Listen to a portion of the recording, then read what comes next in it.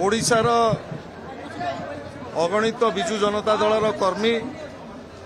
आमर 33 जिला संगठनर समस्त नेतृत्व युव छात्र महिला माइनॉरिटी श्रमिक सामुख्य तरफ नवम थर पर नवीन पट्टनायक विजु जनता दलर सभापति हिसाब से दायित्व ग्रहण करथिबारु तांको अभिनंदन जनाऊँ एवं राज्यवासी जो अपेक्षा रही गोटे विरोधी दल जो भूमिका आम उपर न्यस्त कर नवीन बाबू नेतृत्व में से लड़े आम आग को लड़ू एवं आपण मान सूचई देवाक चाहे आज 10 मास भितर एटी राज्य सरकार जो प्रतिश्रुति सब देकरी क्षमता को आसी